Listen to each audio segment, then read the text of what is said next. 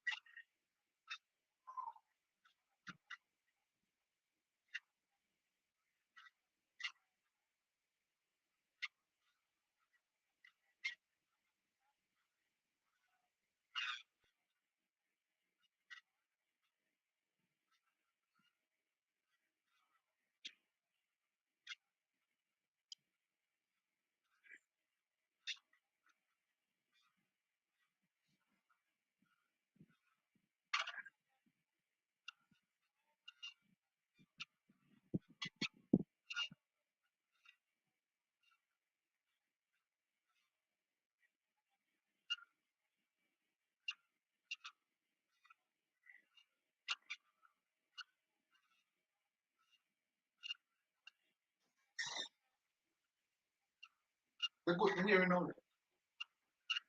Here now. Um, this is what I'm hearing.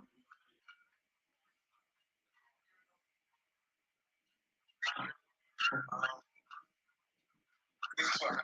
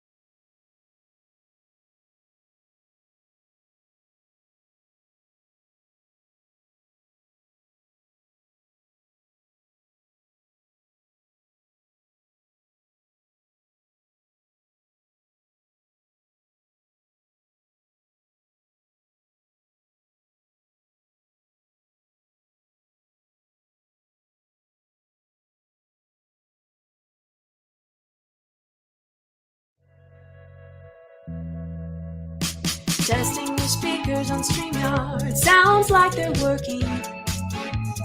Have a great show. Testing your speakers on StreamYard. Sounds like they're working. Have a great show. This song is brought to you by Kelsey and Presley and StreamYard support. Have a great show.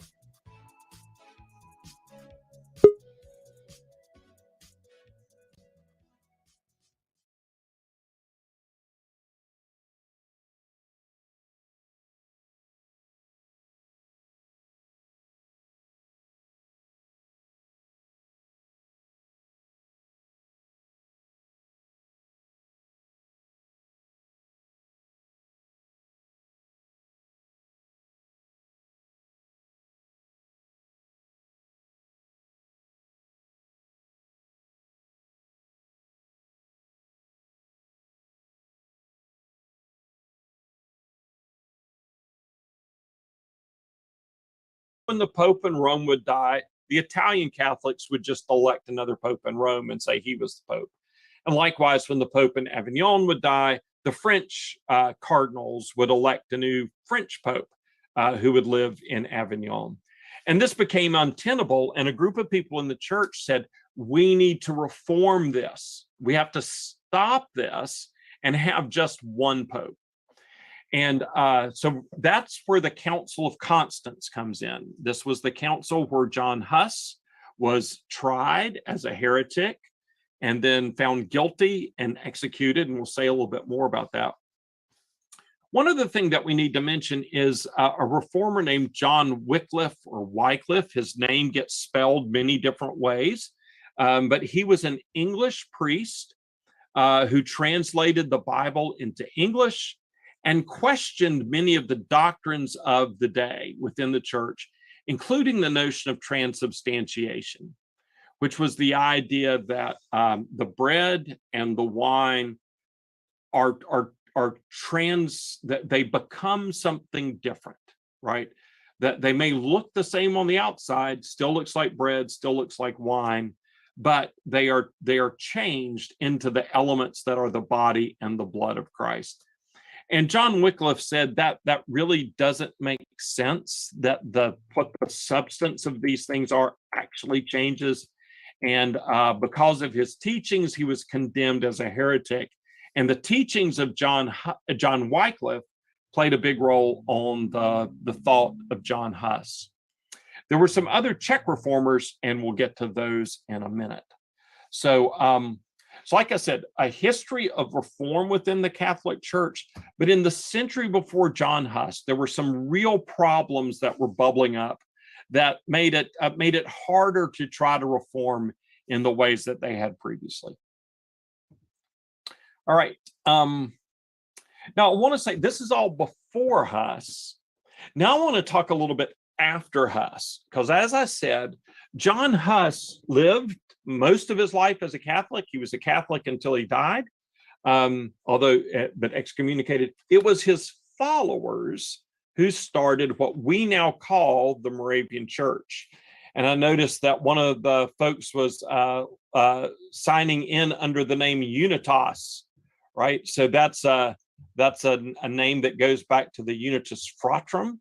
And that was the initial name that some of the people who followed Huss decided that was what they were going to be. They were going to separate and form a separate group called the Unitas Fratrum. And that is the birth of what we now call the Moravian Church. Like I said, it was originally called the Unitas Fratrum, not the Moravian Church. It was founded in 1457. So this is 40 years after John Huss was burned at the stake. So it took a long time for these followers to decide that that's really what they needed to do to be faithful in their Christian beliefs. It was founded by a man named Gregory the Tailor, also known as Gregory the Patriarch. That sort of patriarchal founding role shows up in his name. He was arrested for what he had done in founding this group called the Unitas Fratrum, and some of his companions were tortured because they had dared to form this separate group called the Unitas Fratrum. And so this small, often illegal church has faced many challenges throughout the centuries, and it's now a global church. And that's part of what we celebrate today. And I mentioned this earlier. It's great to be with people in Jamaica. I know Sister Angelica is joining us from North Carolina. So our church is spread out all over everywhere. It's many places in the Caribbean. It's in Africa. It's spreading in Asia. It's spreading in South America. So this group of a very small group of Huss's followers did this illegal thing in founding the Unitas Fratrum, and it's now grown into what we celebrate as the Moravian Church. Now, the fact that we've often been small and persecuted and sometimes illegal has greatly impacted our view of the church and how we worship, because often we've had to sort of try to blend in or be secretive, and that leads to a certain way of being the church and of being together in worship. So, like I said, the fact that we're small, persecuted, and sometimes illegal really impacts how we live our life as a church. All right, so now I want to talk a little bit more about the situation in Prague and leading us into Huss's work in Prague. And I have a map here of the universities in Europe in the 16th century. So this would be in the 1500s. And the important thing to note is up on the upper east side, you see that there is a University of Prague. And you see that it was actually founded before 1400. So it is a very old university. One of the definitely within the oldest 10 universities in the world. So it's a very, very old university. So now I want to move, like I said, we've talked about Reformation in general, and now I want to talk about the Reformation in the Czech lands, because for a long time, because we emphasize Huss so much, we may forget that there were other people who were actually reforming in the Czech lands before Huss was. Part of the reason for this was there was a king named Charles IV, who was the king of Bohemia, and he was the Holy Roman Emperor, which means he is one of the most powerful monarchs in all of Europe. And he was a very progressive leader. He believed in the importance of education. And so after he becomes the Holy Roman Emperor in 1347, the very next year, he founds Charles University in Prague. So that's 1348. And by the way, the Latin word for Charles, like the Charles University, it's Carolina. So I graduated from the University of North Carolina. If I'd gone to the Charles University in Prague, I would also have a T-shirt that says, Carolina on it. So just a little historical trivia there. Let's see, I'm checking my chats just to make sure. If you're not seeing me and want to see me, you should have a slider bar that allows you to look at the speaker or to look at the presentation. So whichever works better for you, hopefully that'll work. Okay. So like I said, Charles is recognized as a good and wise emperor that was in favor of education, started a university, and a lot of the reformers were actually priests who were associated with the university and with preaching in Prague. And so there was a man named Konrad Waldhauser, and he had a very prophetic voice, and he was preaching against corruption within the church because he was aware that often the tithes that people paid to their local church, which were not voluntary, it was required. So people had to tithe to their church. And instead of doing the work of the church, that might just mean, the priest had more food on his table, or that it went up to the bishop and the bishop, had an extra thick coat, and it didn't really do the work that they needed, that the church needed to be doing. It was just making the clergy, the leaders of the church rich. And Conrad Waldhauser spoke out against that. He also spoke out against a lot of the taxes because of the same reason. Often the taxes simply made the nobility richer, so they could add a new tower to their castle or something like that, rather than doing anything that was actually any public good. And Conrad Waldhauser spoke out against those kinds of things. He had a follower who came after him, another reformer named Milich of, and I'm going to try to pronounce this name, Kremerzic. And I'm trying to say that name in particular, and I invite you to pay attention to those extra little diacritical marks, the extra markings above those letters. And so just notice those, and I'm going to come back to those in a minute. And one of the important things to note is that this guy, he was such a popular preacher that they built a new place for him to preach. And this place was called the Bethlehem Chapel.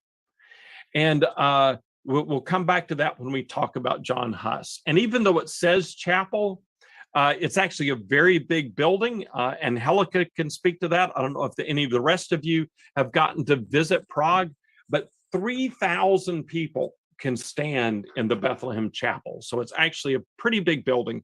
And it was the followers of this earlier reformer who built this Bethlehem Chapel. It's also important to note that Milich, he reached out to many of the poor people of his city, especially women who had become prostitutes. And part of what he realized was that many of the women who were prostitutes didn't really want to be prostitutes, but they had no other way to make a living. They were not tied to either a husband or a father who could take care of them financially. And so they fell into a life of prostitution. So what he did was reach out to them and tried to give them other employment so that they would not have to be prostitutes. And then a couple of other, I'm going to skip over them, but just so we know that there were earlier reforms that were associated with this Charles University in Prague before John Huss hits the scene. And they preached in places like the Teen Church in Prague, which is on the Old Town Square in Prague. And here you see a picture of the Bethlehem Chapel. And that's the inside of the Bethlehem Chapel. And you see their pictures on the wall. During the days of Huss, they would have written hymns on the wall in Czech. And we'll come back to why that's important in a minute. But that's a view of the inside of the Bethlehem Chapel. So let's talk a little bit about Huss. We don't actually know when he was born because he was born to a peasant family. He wasn't born into the nobility. He was not born a rich man. He was just another person born into the village of Husinets. And that's where the name comes from. John Huss is short for Husinets. So he was John from Huss. And so that's where his name comes from, John Huss. Like I said, because he was born into a poor family, we don't know exactly when he was born, but we think it was roughly 1369, but we know for sure that he died in 1415. He had a very humble background, but he realized that many of the priests led better lives than most of the people in the country where he was, in the city where he was. So he decided he wanted to become a priest. So he was able to go to the University of Prague and study to become a priest. Apparently, he had a very good voice, and he used to earn money for pocket change or to buy an extra book or something like that by singing places. So he was, like I said, a very good singer. And we see this playing out in that later in life, he did write hymns and talked about the importance of people singing together in worship, which was not the practice in the Catholic Church during his day. So like I said, he comes from a humble background. He works his way through college by being a singer, both in church and in secular settings. He becomes a Roman Catholic priest. And he's a very intelligent man, well respected. So he becomes the president of the University of Prague, or that Charles University. And he was a very popular preacher because, like the reformers before him, he preached in Czech so people could understand what he was saying. And he advocated that all of worship should take place in the language of the people. So he became a very popular preacher. And among the people that came to hear him was the empress, or the queen of Bohemia. And so she frequented the Bethlehem Chapel and was a financial supporter of the Bethlehem Chapel. So he becomes the leader of the Czech Reformation. We view him as a martyr. The Catholic Church, until very recently, only talked of him as a heretic. Most Catholics are now more charitable to Huss, because most of the reforms that Huss called for, the Catholic Church has now put into place. But in his day, he was seen as a heretic. And he is still officially, according to the Catholic Church, a heretic, although lots of people are pushing for some different recognition for Huss. And some of our most recent popes have been much more willing to build the bridges between Catholics and Protestants. Like I said, he was not the founder of the Unitas Fratrum. That was the guy, Gregory the Patriarch. And in some ways, he's more important as a symbol than as a theologian, because most of his theology was still very Catholic. He just wanted to reform very few things, but it was problematic enough that he was executed. And many of his followers were actually much more radical than he was. And it's his followers who took the step of founding the Unitas Fratrum. I've already mentioned that he's ordained, he becomes a professor, he's deeply involved in reform. He is a popular preacher. Like I said, he was popular among all social classes. I mentioned the queen, but the peasants loved to come hear him. The townspeople loved to come hear him.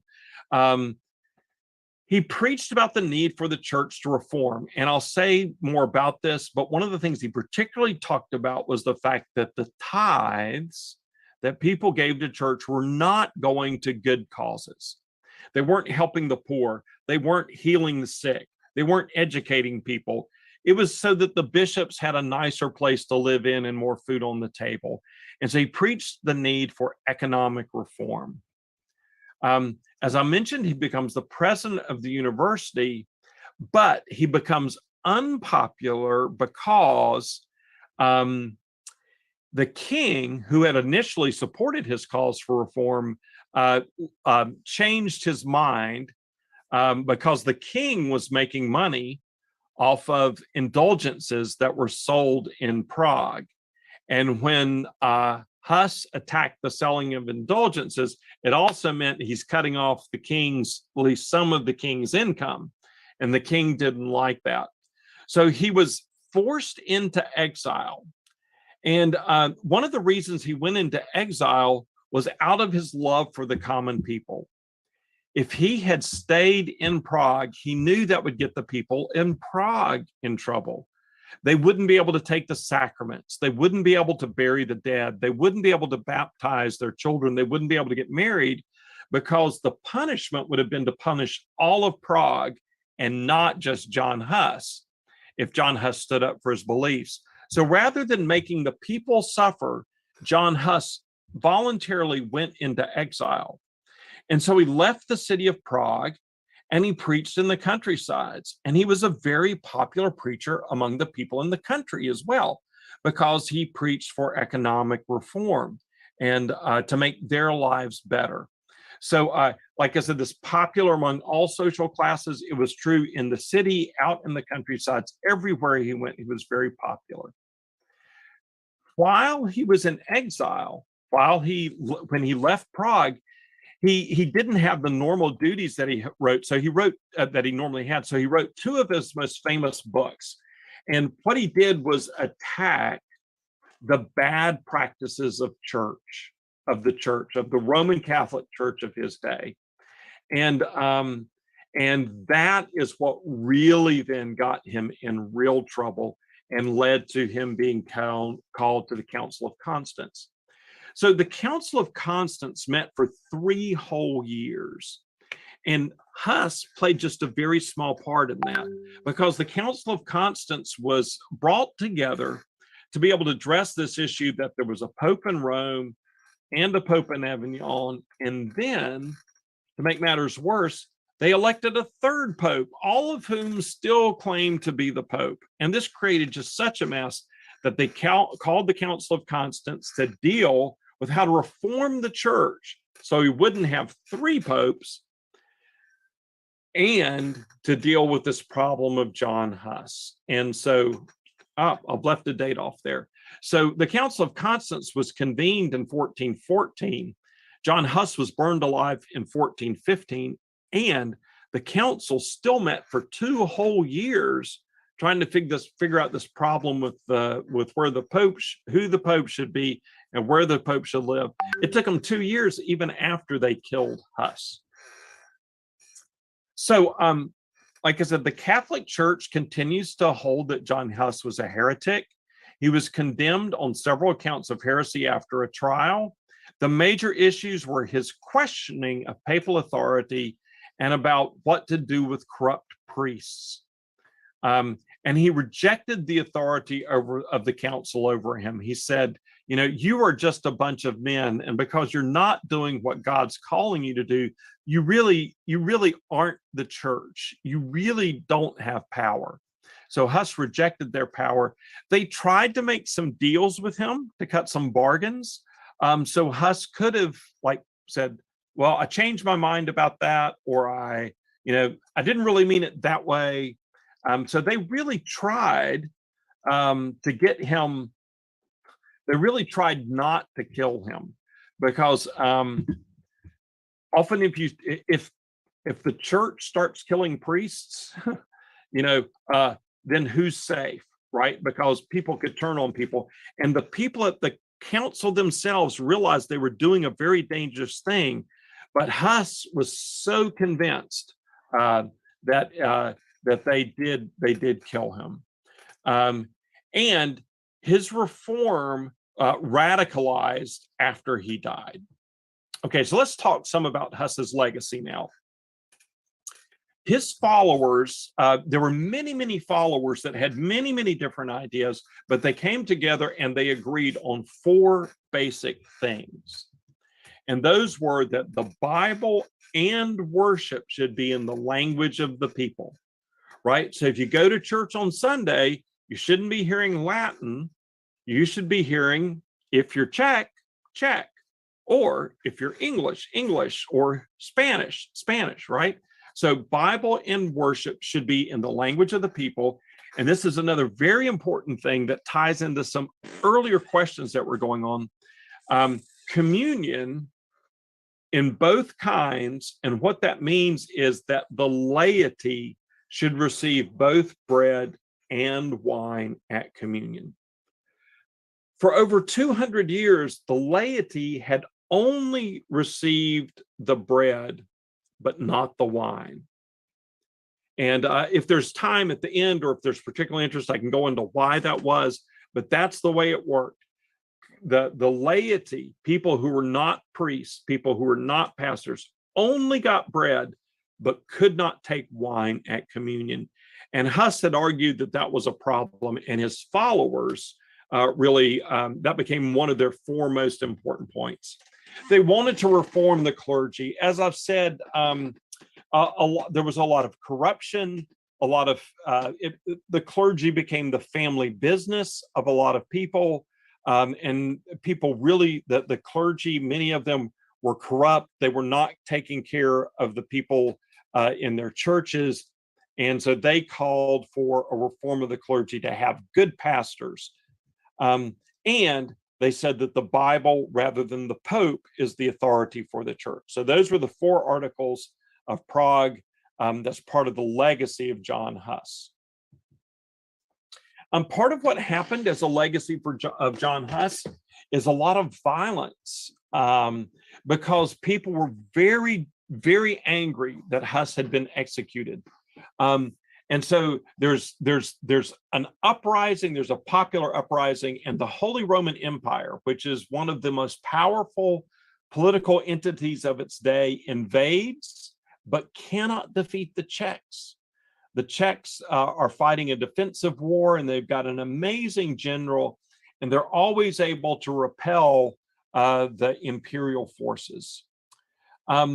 We have records of these Czechs, the Czech rebels, who would gather for massive open-air communions. And different estimates estimate there were between 4,000 and 40,000 people who would gather for these massive open-air communions, where they would receive both the bread and the wine.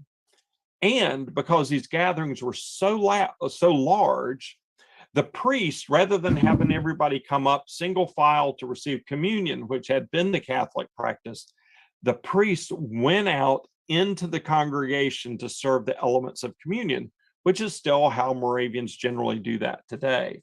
So that's part of Huss's legacy for us. There were various members of various groups of people who followed John Huss. There was a group called the Utraquists, which comes from a Latin word that means both kinds. So we've talked about the importance of the laity receiving both kinds, both elements of communion, bread, wine. And that's where that name comes from, the Utraquists. There was a radical group called the Taborites, who wanted more radical reform, and they built their own city, and they essentially set up one of the first communal cities in Europe. The rich people gave their goods, and they developed a communal society at a place called Tabor. And these Taborites were led by this great general that was able to repel the imperial forces. And by 1334, it's the Utraquists who become the most powerful of these Hussite factions. So I want to say a little bit about language.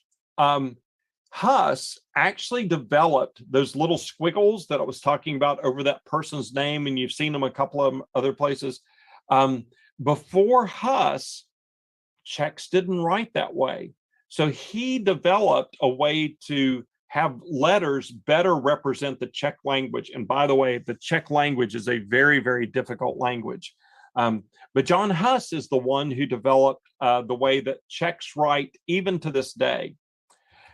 His heirs, like I said, so John Huss called for the Bible in the language of the people, and his followers were the first people to print the Bible in the language of the people. And they printed several editions. And the third edition, which was 1613, is the most widely known Czech version of the Bible. And it's called the Kralitz Bible. And if you'll note, this is about the time that King James sponsors the translation of the version of the Bible that we call either the Authorized Version or the King James Version of the Bible. And just like the King James Version of the Bible brought lots of new words into English and helped standardize English, the same thing was true for Luther's German Bible, which was written in 1534. It standardized German, and this Czech Bible helped standardize Czech. So that's a very important contribution of Huss and Huss's followers, was to standardize what written Czech would look like. I've mentioned that there were these Hussite wars, and we see a couple of artistic renderings of some of the events of those wars. And this great general that I mentioned, he's the figure that you see riding on the horse in the picture on the right. And his name was Žižka. So these Hussite wars follow. Here are some battle flags that represented the Hussite, the followers of John Huss in these wars. And you see that in the black flag on the left, and on this red flag in the middle, and on the white flag over on the right, you see the chalice. And that was a symbol of Huss's followers. because the laity should be able to drink from the chalice. So the chalice was an important religious symbol, but it also was an important military and political symbol. And then on this red flag, just on the right of center, you see this goose. And that's because the word Huss in Czech means goose. And so the followers of John Huss had this goose symbol on their flags as well. We've mentioned these three types of Hussites. I want to say a little bit more about them. The Utraquists, we've already noted that they wanted communion in both kinds. And it was a very intellectual and urban call for reform. And some of the reforms they call for sound similar to things that happened in the Church of England just about 200 years later. No, only about 100 years later, actually, under Henry VIII, as he breaks off and starts the Church of England. The Taborites, I mentioned them, were the more radical groups. And from a sort of English church history, they're more similar to the Puritans. And they were more radical, and they were the ones that I mentioned that had the army led by Zizko. And then there were just people who maybe not were part of any one group. And one of those is Peter Helchitsky. And I'm going to say more about him because he was a pacifist. He saw all this fighting and killing and thought, this is not what Jesus talked about. The Sermon on the Mount is about, turning the other cheek and being a peacemaker and being meek. And so his writing was very important. And I'll come to that in just a minute. I'm seeing the chat. Let's see. Yeah, okay. Just a note that feel free to raise your hands if you want to, or to type in questions in the chat, or we can have questions at the end. So like I said, feel free to interrupt at any time. So there are things that the Moravian Church or the Unitas Fratrum took from this Church of Tabor, which are the followers of Huss. And that was this idea of radical brotherhood, small groups of people who banded together to live and work together. Even though Huss was very Catholic in many ways, Tabor rejected a lot of medieval Catholicism, including the idea of purgatory and transubstantiation.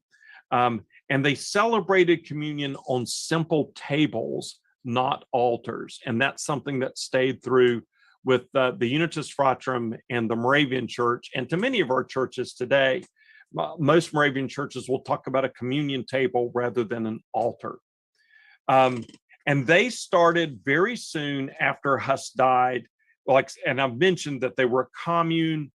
They shared their food, they shared their goods, and they created this city called Tabor. And that's a view of Tabor from the high church in Tabor. And if you ever get a chance to go to Prague or to Herrnhut, this is only about an hour drive, and it's well worth going to see. All right. Another important thing about the Taborites is they wrote a confession of faith that was the basis of the first confessions of the Unitas Fratrum. The Taborites believed in literacy for women.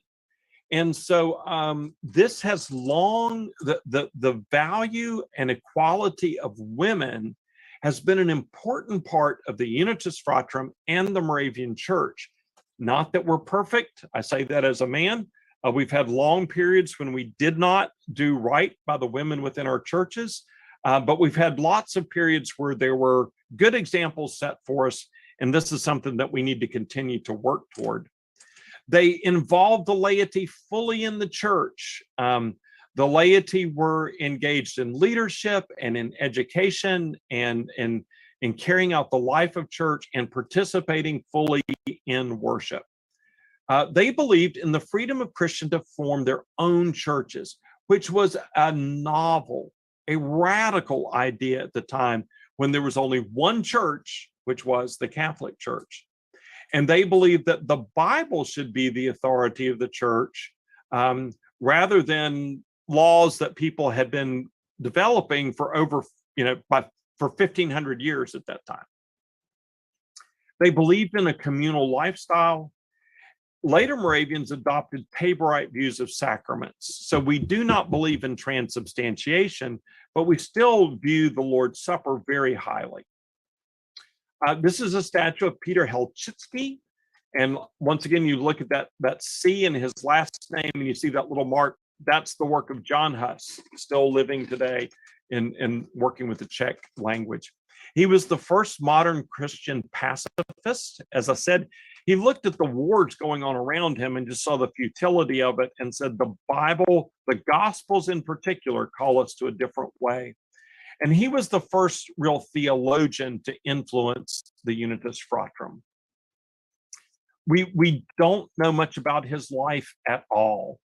He grew up in a rural area. We don't know how he was educated, but we know he had some education.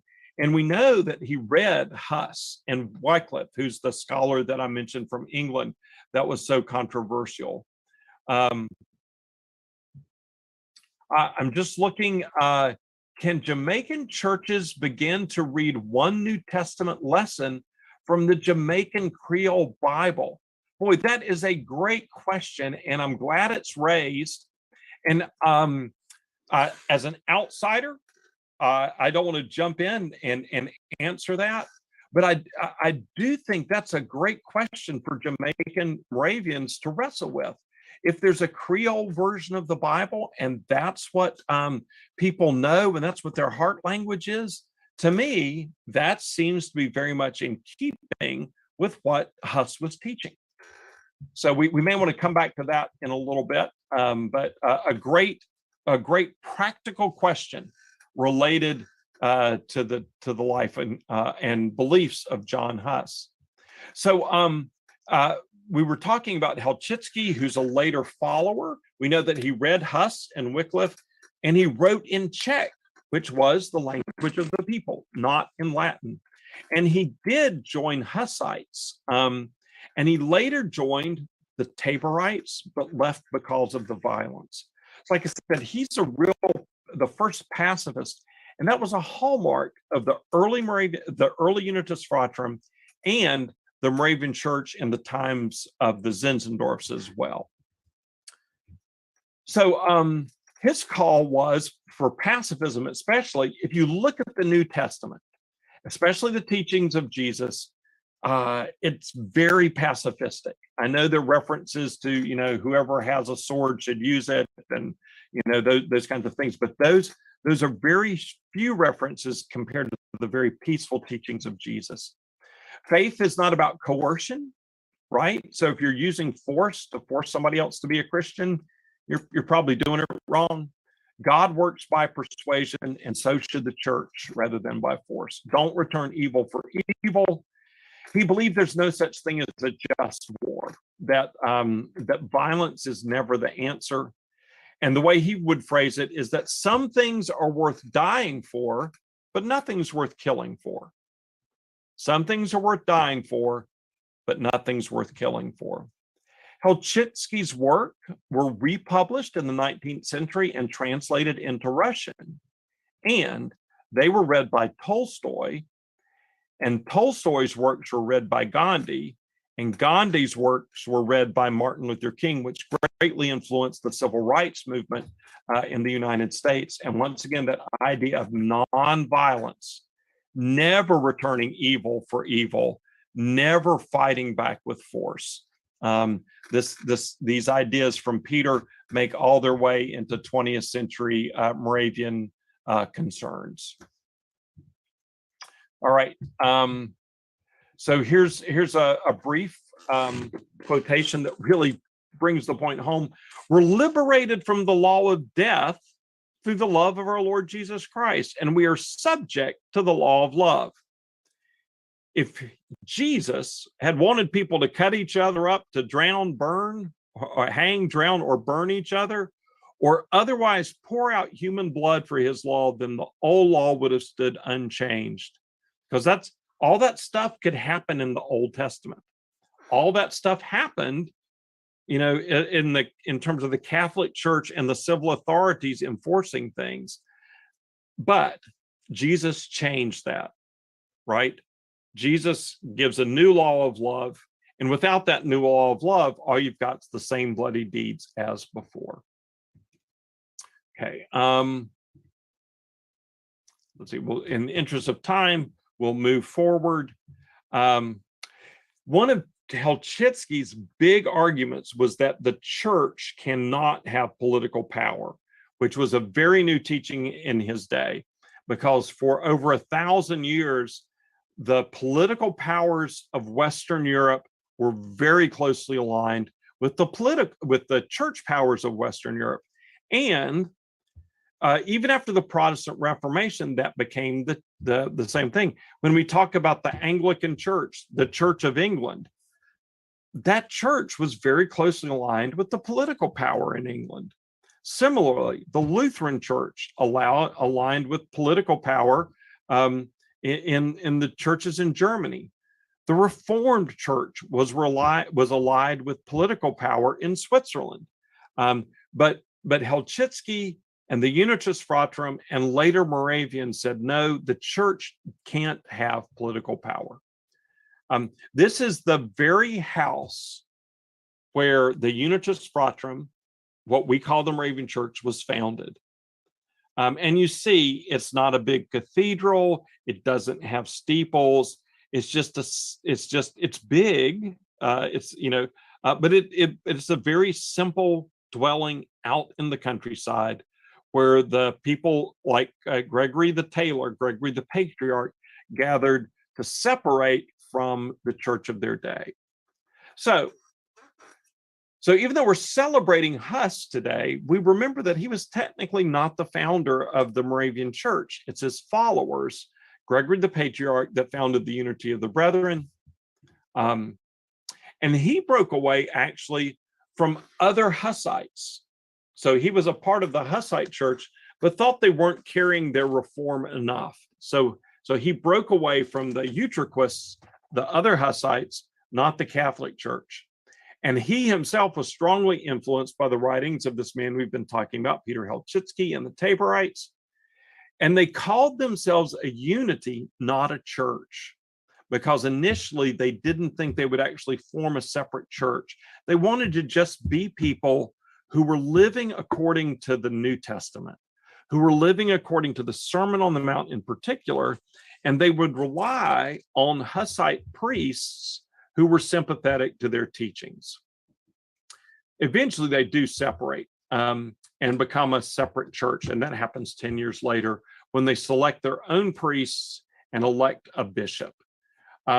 Gregory the Patriarch, this man that we've been talking about, he was a lesser noble, and we know that because he wasn't tortured when he was arrested, which is that you only torture the common people, right? You don't torture the important highborn people.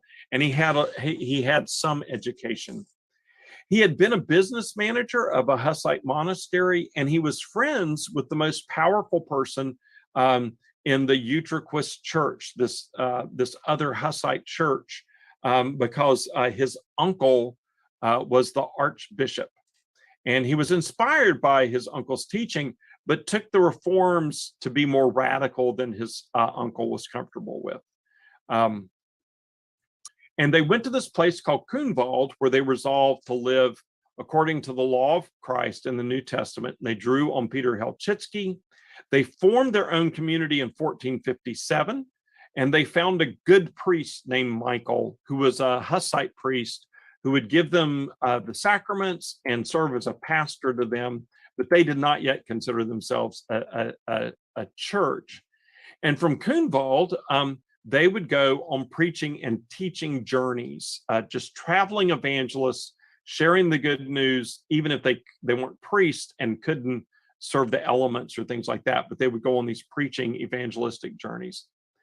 The reason they eventually break away is because they knew they couldn't just rely on having sympathetic priests, so they decided they would form their own priesthood and become a separate church.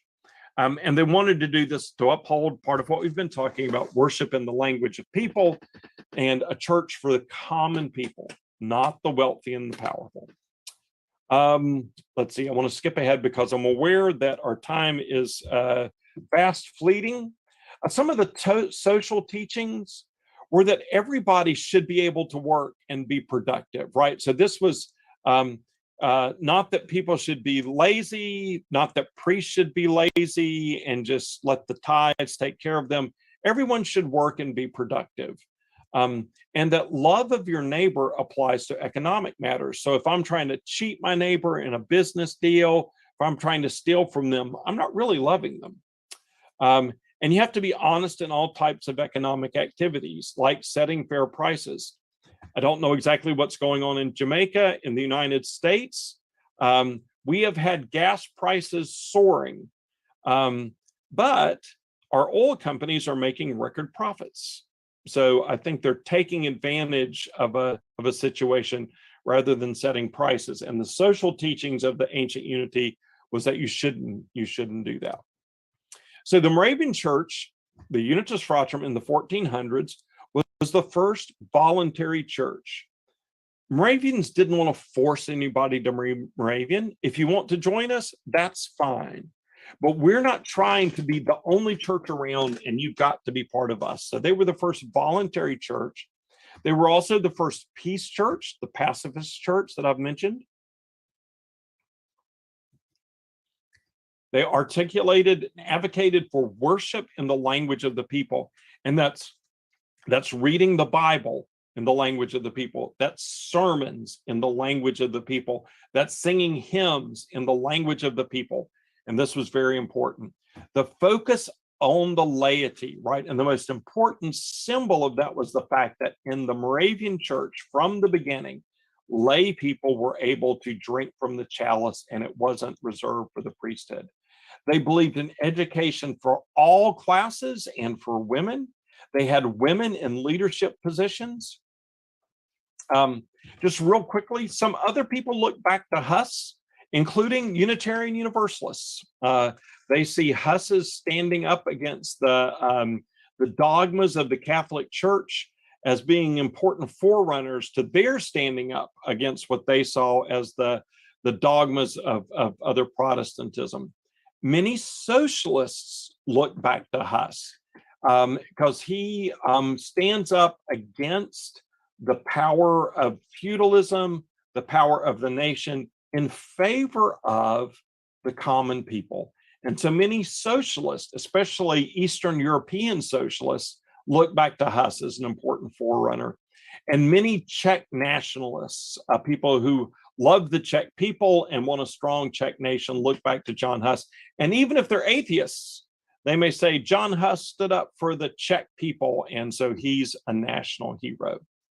So real quickly, and then we'll get to some questions.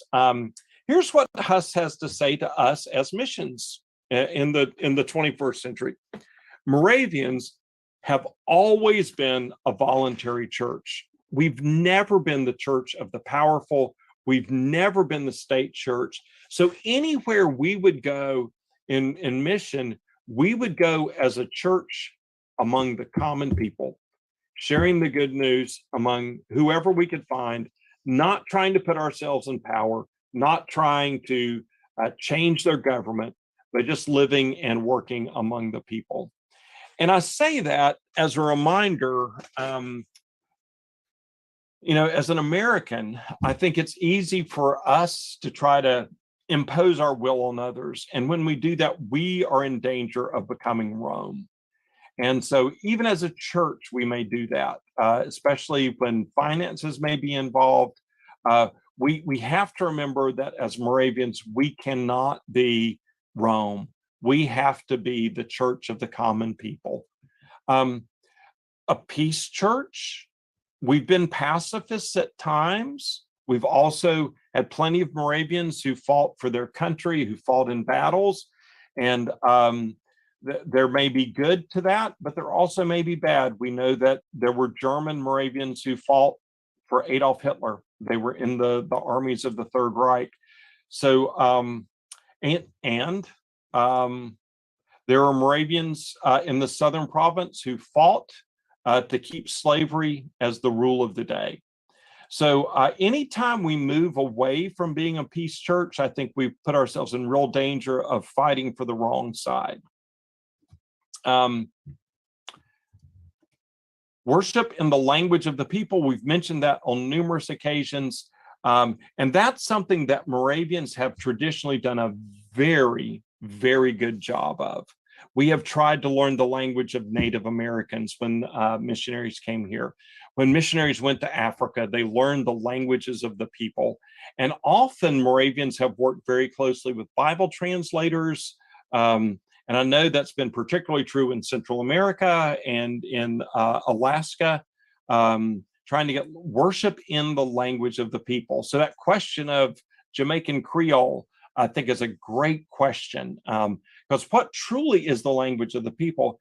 So I think we've done a good job with that. I think a place that we've fallen short sometimes is not recognizing the importance of culture of the people.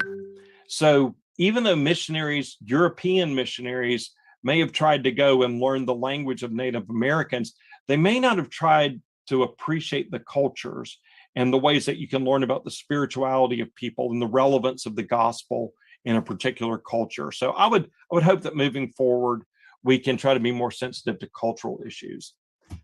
Focus on the laity. Everywhere Moravians have gone, they have really tried to engage in and empower laity. And I know throughout the Caribbean, the development of the helper system, where we had helpers at local congregations, is a very important part of the Moravian work. And I hope that as we go forward, we'll do the same. It's not just about sending pastors, it's about developing indigenous laity to play key roles in the life of the church.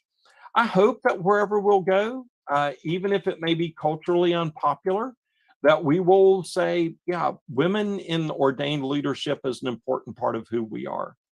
And we have a ministry to the whole person. So we've mentioned some about education, but we know that often when Moravians have gone places, there have been medical missions.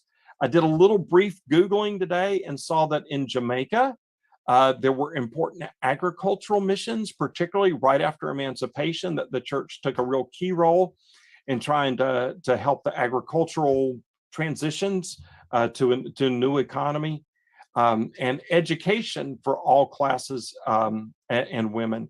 I think that's actually a misprint. What I meant to have there is that in looking, well, I know that's part of Jamaican outreach as well, but I also remember reading about public water supply and the role that the Moravians have played in trying to get safe drinking water for people.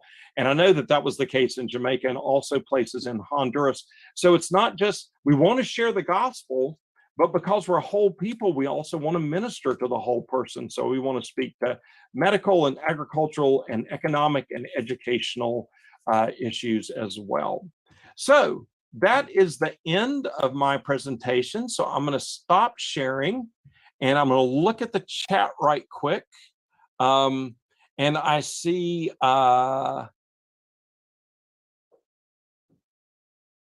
some notes about the use of the Jamaican Creole Bible. I did not know that existed. I'm fascinated to hear that and glad to hear that.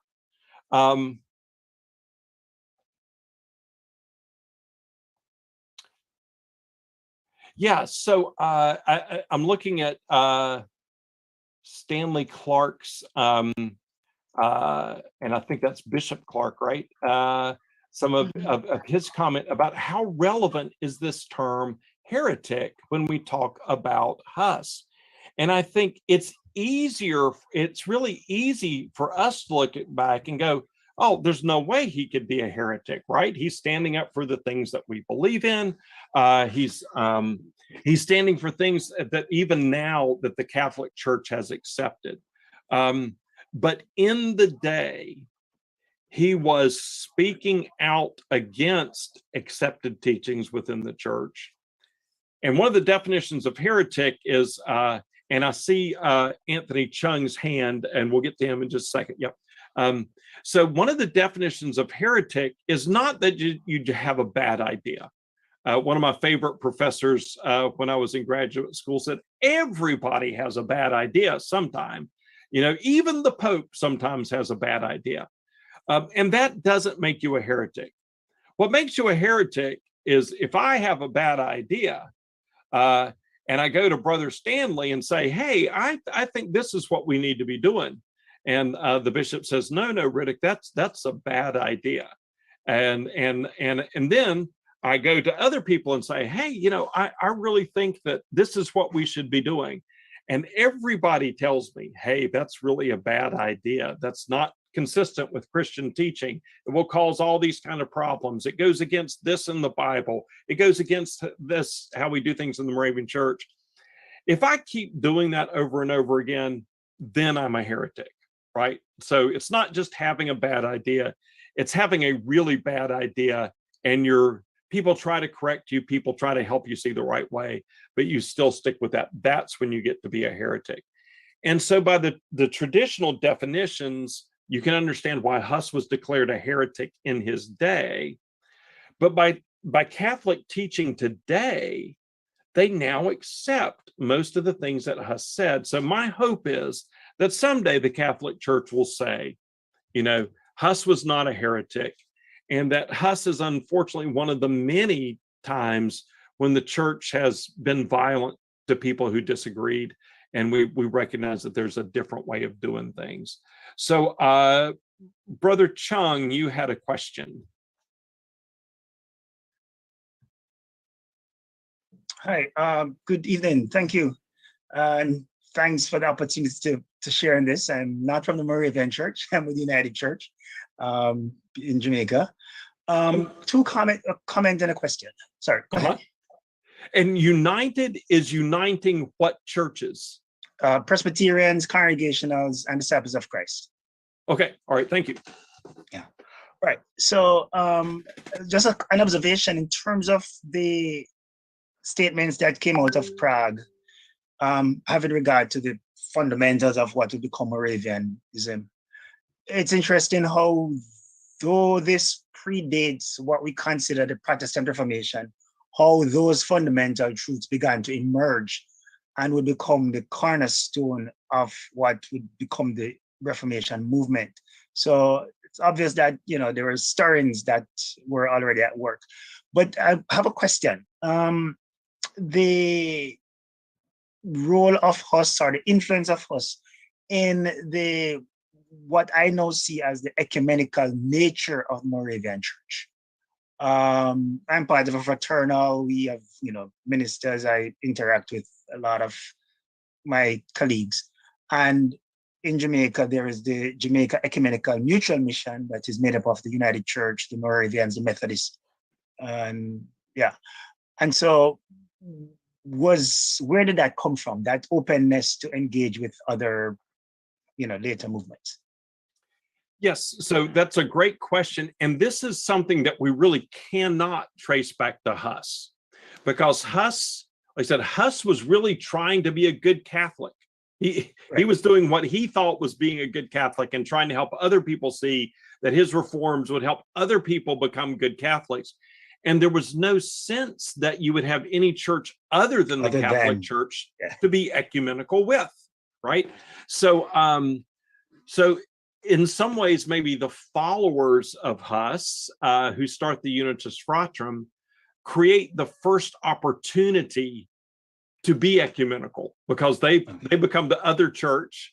Right.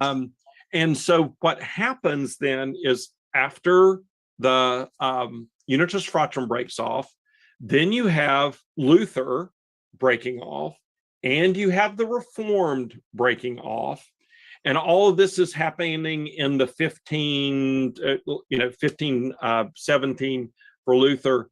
So all this is happening, and by 1570, so essentially within a generation after the death of Martin Luther, the followers of Martin Luther and all the reformers, the followers of Zwingli and Martin Butzer and John Calvin, their followers And by now, like the fourth generation of the Unitas Fratrum leaders, they actually gathered together in Poland. And there's something called the Consensus of Sandomir, which is the first ecumenical agreement among different groups that call themselves separate churches. So that ecumenical notion does date back to some of the later followers of Huss, and Zinzendorf, under whom the Moravians are renewed in the 1700s, is very interested in ecumenism, because by his day, a lot of the warfare has stopped. The religious wars are over, and you've got real defined groups of Lutherans and Reformed, and by now the Church of England, so the Episcopal group, and you've got other interesting groups like Puritans or Separatists coming out of England. You've got groups like Schwenkfelders and other smaller odd groups in Europe. And Zinzendorf's willing to talk to anybody who loves Jesus, right? So he's like, let's get beyond all the labels and let's see what we're interested in together. So just to recap, the answer to your question, we really can't trace that back to Huss, but Huss's followers are key contributors to the first ecumenical agreement ever, and that has been a strong strain of the Moravian Church ever since. Thanks. Thank you. Great question.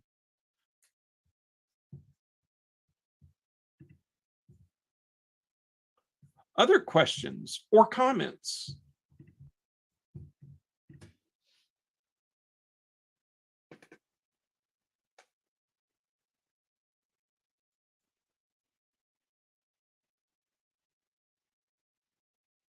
Just to say to beloveds that you can type your question in the chat.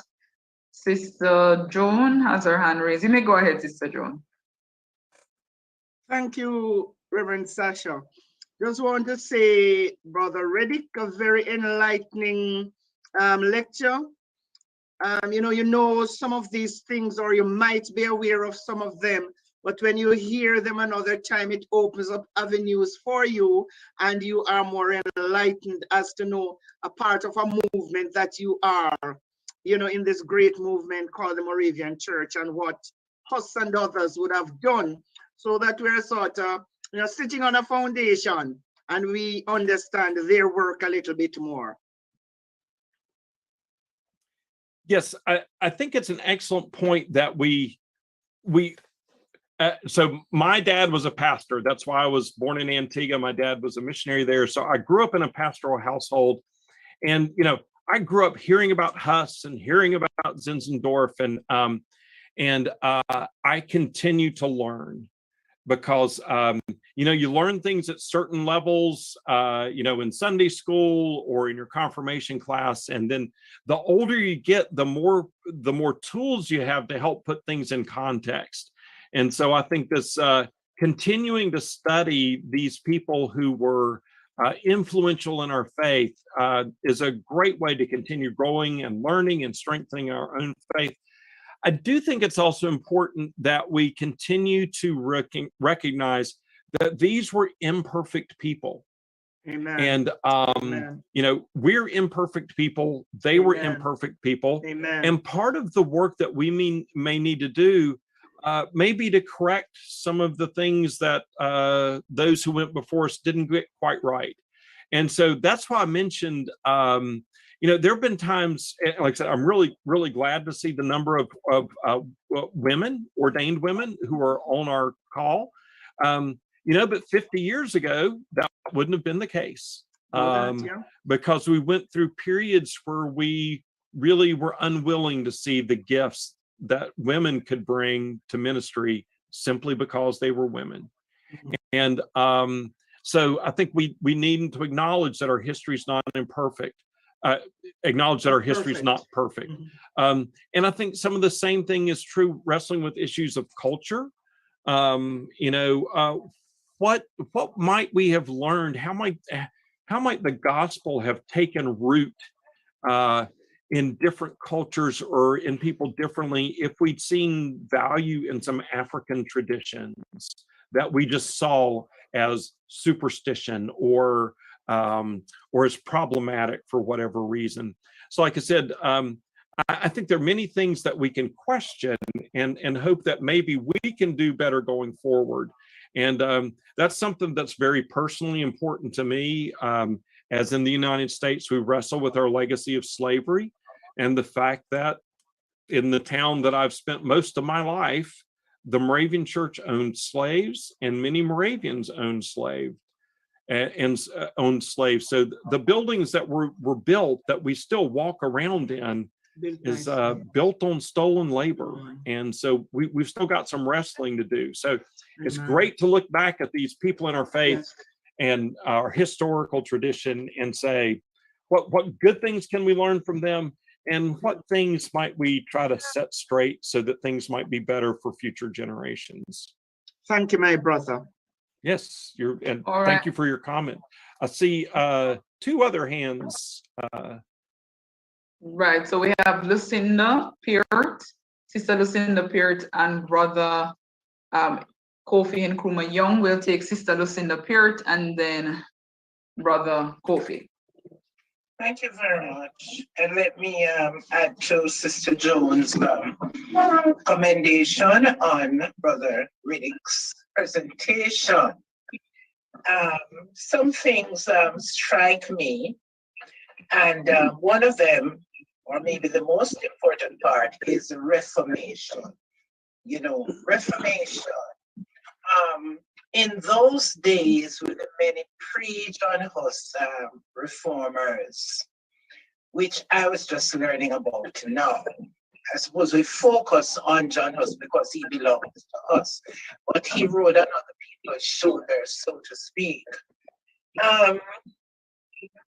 We should not be afraid. I'm saying going forward, we should not be afraid as the laity when there are reforms, when a minister comes into a congregation and wants to do some things that we would open our eyes about.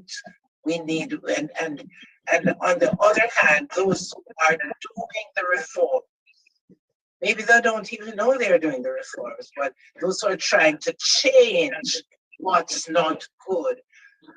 I noticed that John Huss remained within the church and he fought from the center and he did not try to,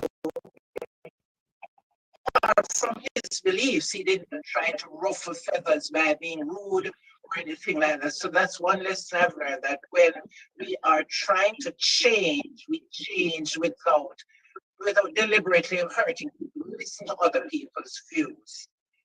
Another thing is that we shouldn't be afraid of conflicts within the church, but should seek in our modern day to up or to enhance our conflict resolution skills. Because if we go back to people like Paul and Barnabas, we realize that the conflict was there.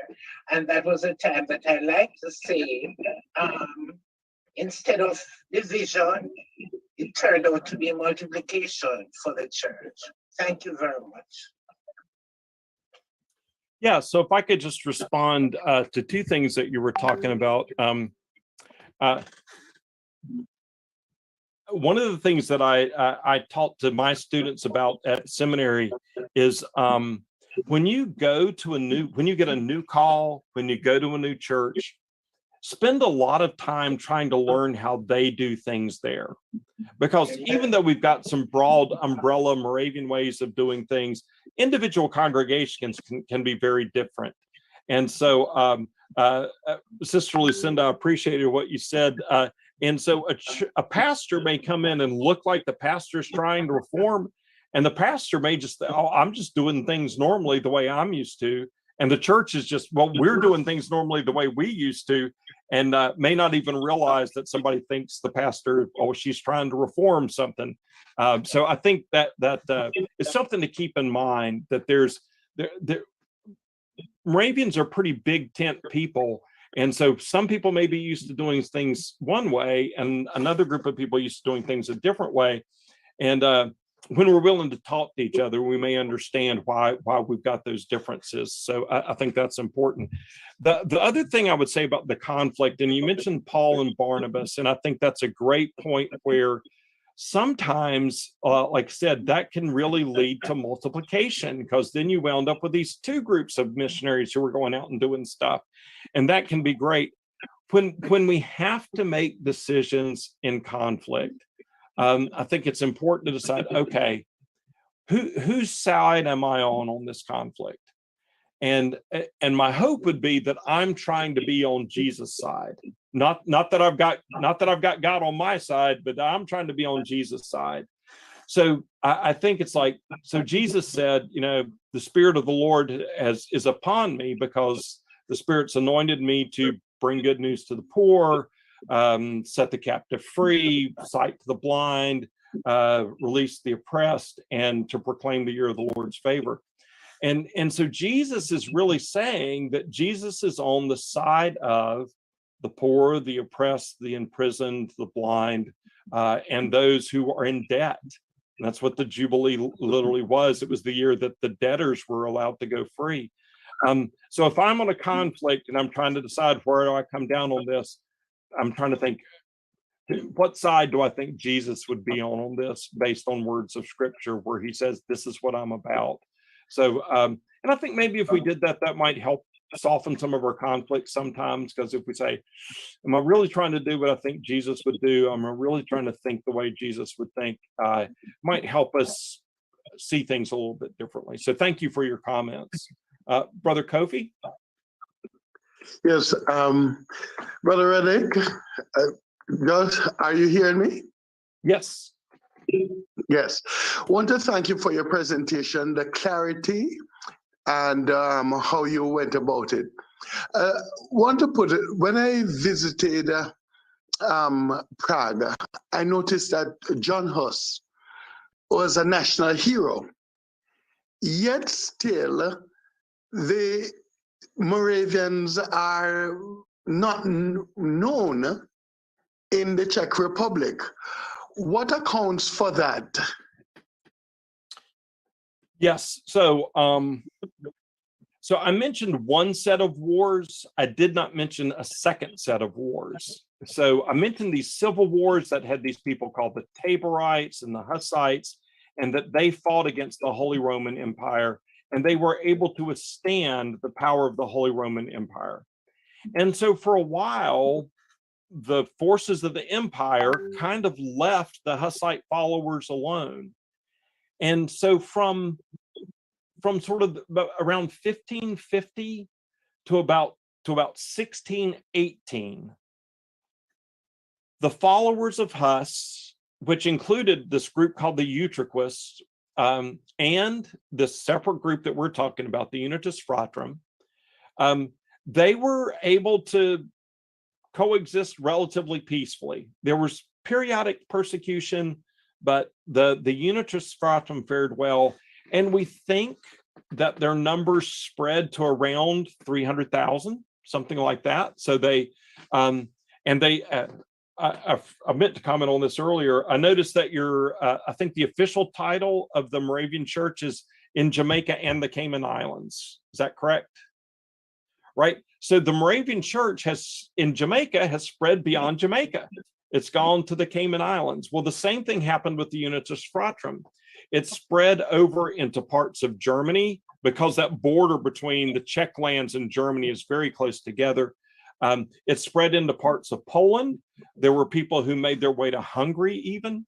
So the Moravian Church spread, and like I said, the difficulties with political power are often huge. So eventually the Moravians, which started out as simple people, started letting nobles join the church. And they said, why not? The nobles can give us land. They can help us financially. They can help us buy printing presses, right? Which was very important. Moravians printed Bibles, and they printed hymnals often. And that's often a sign of spiritual renewal, spiritual vitality, is new hymns and new songs. And so they said, and the nobles can help stand up for us so other people won't persecute us. And so all that made good sense. And then in 1618, there was a political change, and the Catholics tried to come back into political power, and the Protestants fought back violently with warfare. They rose up violently again, and this time the forces of the Holy Roman Empire, which represented Catholicism, came back and they crushed the Protestant forces, including the nobility that was Protestant. So many leaders within the Unitas Fratrum were executed. Their armies were dispersed, and the battles that started in 1618, there was a decisive battle in 1620 that effectively ended the Unitas Fratrum as a vital religious institution. The war lasted till 1648. And by the way, all this is during the lifetime of John Amos Comenius, who would be another great person to talk about, but that's not who we're talking about today. All this is during his lifetime. And during his lifetime, the military power, the military victories are so complete that the Unitas Fratrum is effectively wiped out. And I mentioned the Jesuits, and the Jesuits came back in and had a very strong, very forceful, coercive, doctrinal attack, and they made the country Catholic again. So that's the first answer to your question, is even though it had once been strongly, the Czech people had been strongly followers of Huss, they first became Catholic, and then when the communists came to power, the communists, the state was officially atheist. And so many people who had been Catholic then, just adopted atheism. As the older generations died out, and it was hard to gather for worship, hard to teach the younger generations, the Czech people became very atheistic. And so that's why you see very little knowledge of the Unitas Fratrum, of the Moravian Church, or of John Huss as anything other than a national hero. So that's a long-winded answer to your question. So the short synopsis is the Catholics came in very strong after the 30 Years' War, and then the communist takeover following World War II, really did great damage to the church in the Czech Republic.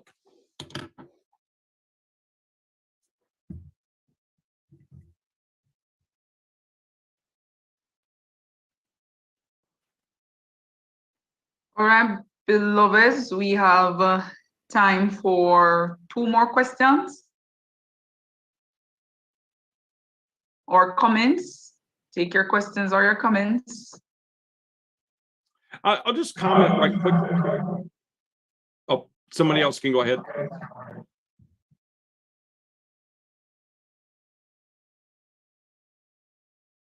Go ahead, brother Weber. Didn't hear you a while ago. Yeah, I was just noticing the comment by Sister Evelina Clark about how the John Huss story reminds her of Stephen. And yes, throughout the New Testament, and if we read early church history, there were many people whose beliefs cost them their lives. Stephen is the first martyr. We're aware of other New Testament martyrs. Church history tells us that, probably only the disciple John died a natural death. Church history tells us the rest were executed in different ways. We know of many martyrs in the early church. And we know that there are places where Christians are oppressed today. And so martyrdom is not completely a thing of the past. But for me, I want to come back to the opening prayer about we give God thanks and praise. And so I am very grateful that for much of at least Western history, Christianity has been an acceptable expression of faith. And so, many of us and many of our forebears have been able to worship freely. And so I'm really grateful for that. And something that we should not take for granted. So, so yes, so there's a long history of martyrdom, but also a long history of people who have tried to make their societies a place where Christian faith can be practiced freely. And so for me, how do I make the most of that? How do I share my faith in ways that speak to people's spiritual needs, that worship to the that reach out to the whole person? So like I said, that ministry that Jesus said he was about preaching good news to the poor and liberation of captives and setting the prisoners free and proclaiming the end of our debts, which are, an economic oppression. And so I want to thank God for the fact that I live in a place where I can try to work for those kingdom values.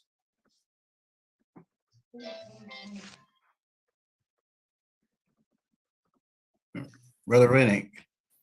Yes. Yes. Yes. And then Bishop, after you, we have Brother Garth.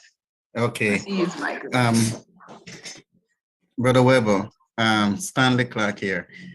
In Jamaica, we have made great progress in the relationship between Protestants and Roman Catholics. So much so that currently the president of the umbrella group of churches and the national group of churches is the Archbishop of the Roman Catholic Church in Kingston. And we have had good relationship with the hierarchy of the Roman Catholic Church in Jamaica. As far as you know in the States, what's it like with the communities where Moravians and other Protestants operate and the Roman Catholic? I'd say we have a mixed bag. I think I would say it's interesting if you read the histories that were written like 100 years ago, there is a strong anti-Catholic strain. Everything is about papal corruption and the subjugation of the laity and the elevation of the priests and the still living in the violence of the 30 Years' War. It's like I said, up to 100 years ago, we were, I think many Protestants were still in that. And in the United States, there has been a strong anti-Catholic strain. And this is another place where religion and politics mix. Catholics were often seen as poor immigrants, right? So they came from Ireland or they came from Italy or Lebanon, and they were poor, and they came to our cities, and they're just more mouths to feed. So there's in America there has been a strong anti-Catholicism. I think this has really changed in the past 50 years, and I think there's a growing sense, especially as America moves to more people who are involved in other non-Christian religions. So the rise of religions like Buddhism or Hinduism, other Asian religions. I think Christians have begun to realize that we've got more in common than we thought. And so I think there are growing moves with that.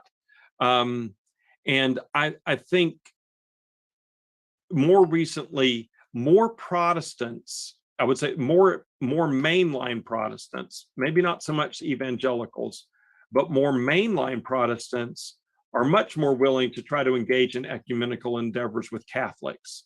But a lot of the the hesitation has come on the part of the Catholic Church, especially when it comes to issues of like Eucharistic practice and stuff like that.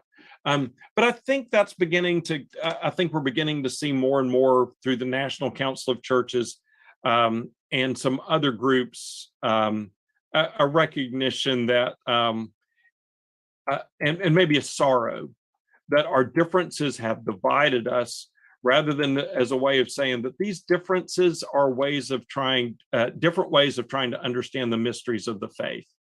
And maybe they don't have to divide us. They can, with a sense of fellowship and good nature and charity, we can try to understand why does somebody else see it differently than I do, and what can we work together despite that. So I should be able to give you a better answer to that in terms of like the National Council of Churches. I'm not sure if the Catholic churches own that yet or not. They were not in the 80s and early 90s when I served on the National Council of Churches, but that may have changed. But I think there are other, even if we're not officially there yet, I think there are more people who are working toward it. But I'm glad to hear of a better situation in Jamaica. Yes, thanks.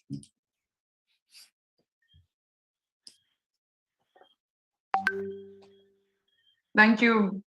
Thank you, Bishop. Yes, go ahead, Brother Garth. Thank you so kindly for this. I want to also commend Professor for such an excellent presentation earlier. Well, I just want to focus on one particular point, maybe too, in relation to the legacy, the rich legacy that we Moravians have in relation to education, that we still have a strong stake here in Jamaica in relation to education, that we continue to monitor our educational institutions from the tertiary level right down to the kindergarten level. And at our synods, we welcome and we invite reports from these. And we have educational committees that intervene where necessary in terms of improving the quality and standard of the education that goes on in our institutions. We look also at the appointment of our boards. Who are the persons that we appoint on our school boards or educational boards? Can they add value to the educational system? So we still do maintain our legacy in relation to that. And as it relates to the Unitas of Jamaica, the umbrella group, we still focus on improving the quality and standard of our people economically, through entrepreneurial projects, through agricultural projects, that sort of thing. So we still look at improving the quality and standard of our people. And we do have that as our legacy, which we continue. Well, I'm very grateful to hear that. I think one of the things that troubles me most about the current American situation is we've got a lot of problems with our public education systems. And instead of trying to support them and build them up so that all can be educated, some people are desperately reallocating resources away from the places that need it most. So I'm really grateful to hear that the church is still paying attention and trying to see who are the right people to have in the right places to really help our kids grow up to become all they can be, the people that God made them to be. And I think education is such a key component to that. And once again, this goes back to our earliest days, so Huss, who we're going back to, even though he technically wasn't the founder, I think it's important to remember he was a university president. He was a professor, and that the heart of reform revolved around this university there. And as soon as the Moravians really developed their own sense of a community, education for everybody was key. And we kept that going through John Amos Comenius, through Zinzendorf, So this education for everybody is, I think, it's not only good for the people that we're educating, but I think it's also enlightened self-interest. I want the smartest kids out there, taking care of me when I'm old and being my banker and, being my neighbor. So investing in them is important to them, and it helps me out too. So, like I said, enlightened self-interest is a part of that, as well as just that's part of our call to serve our neighbors. Absolutely. Thank you all so much for your questions and comments. We have really had an awesome presentation, but I will not be doing the honors in terms of saying thanks. And of course, I ask if you are not attached to our church, or anybody within our church, I'm just going to ask you to put your email address in the chat so this presentation, this recording can be sent to you. I know some persons have been asking, so please just do that for us, and we will definitely have it sent to you once it is ready. So without any other delay, I'm going to invite Reverend Horatio Tomlinson, who is the minister of Nazareth, Bath, and Bethany Moravian churches in Eastern District Conference, and the vice chair of our conference, to do the vote of thanks at this time. Reverend Horatio.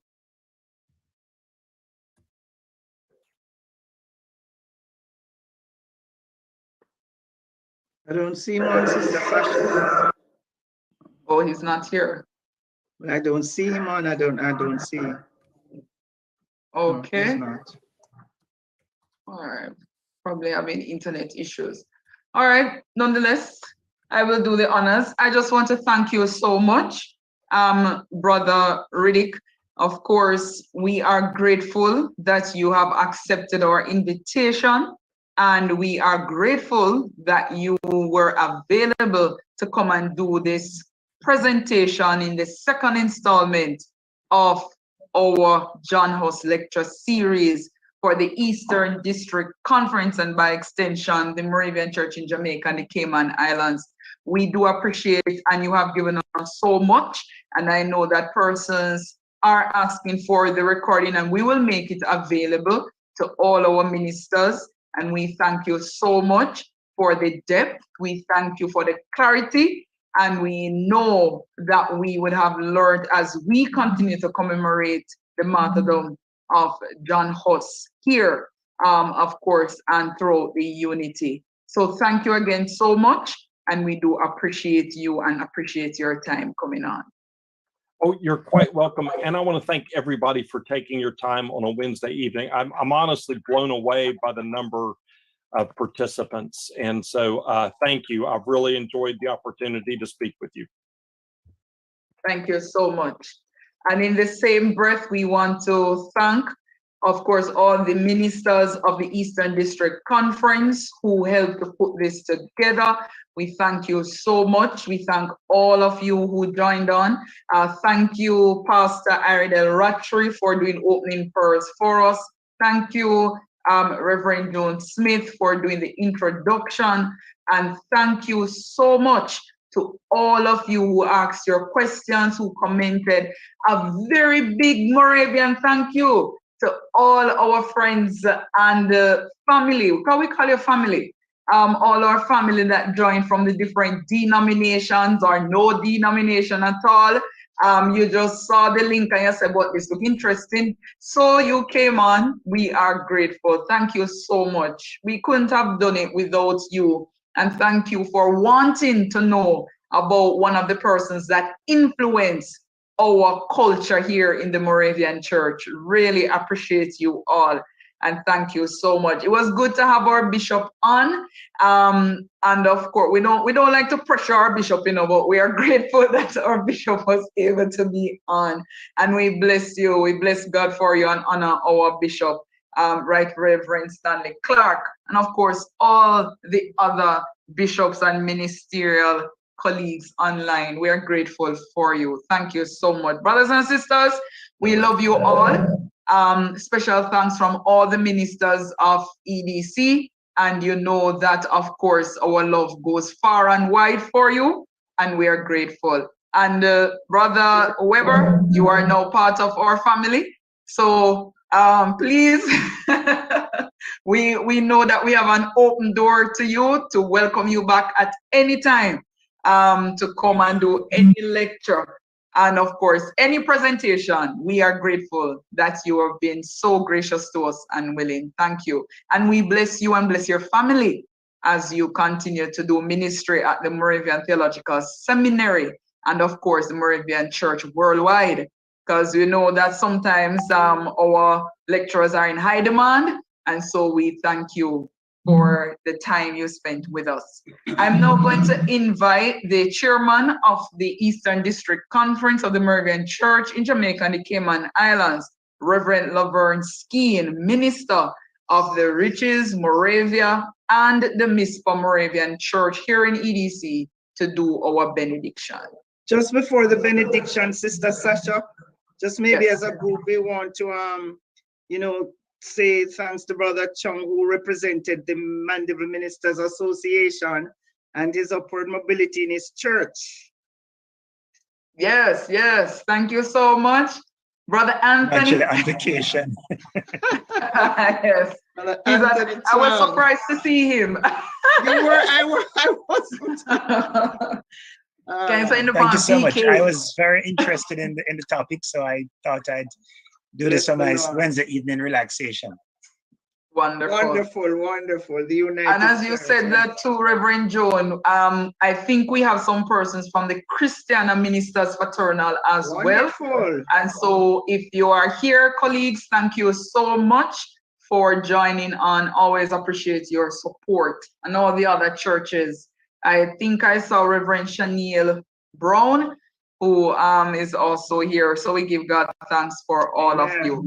Bless you all. Reverend Laverne, Sister Laverne, we invite you to do the benediction for us. Thank you, Sister Sasha. Good evening, everyone. Wonderful lecture. Thanks, Dr. Weber. Great job. We appreciate your sharing with us this afternoon. And thanks, everyone, for joining. Yes? Yes. Let's receive the benediction. Let us go forth into the world in peace. Be brave. Keep hold to what is good. Never pay back wrong for wrong. Encourage the faint-hearted. Support the weak and the distressed. Give due honor to everyone. Be joyful always. Pray without ceasing. Give thanks in all circumstances. And the blessing of God the Father, God the Son, and God the Holy Spirit be with us now and always. Amen. Amen. Our Lamb has conquered. Let us follow him. Amen. Thank you, everyone. Wonderful. Thank you so much, Reverend Laverne Skeen, and on behalf of Reverend Laverne Skeen, the chairman of the Eastern District Conference, and all the ministers, we thank you wholeheartedly for joining again in our John Huss lecture series. Good night to you all. We will seek to make again the presentation available once it becomes available, and you will have it for your repeat. Bless you all. We also want to thank Reverend Sasha. She was the initiator of all of this. So we say thanks to you, Reverend Sasha. You initiated this and it became a reality. Kudos to you. Kudos to you. Thank you. Looking God forward. be the glory. Thank you, Reverend Jonah. Bless you all. God bless. Good night. Good night, Reverend Dr. Weber. Thank you. Good night, everybody. Good night, everybody. God bless. God bless you all too. Thanks, Yes, New Bueller yes. folks. I see you, New Bueller folks. Yeah, Looking man. forward. I heard everything. We have to be here. We have to be here. Wonderful. Hi, Sister Myrtle. Wonderful. Yeah, Sister man. They have Joan to and be all here. y'all. Sister Hi, Flores. Sister Myrtle. Wonderful. Yeah. Yeah. Great to hear. God bless everybody. Have a wonderful night. Sister Yes, looking Lucinda. forward. And blessings.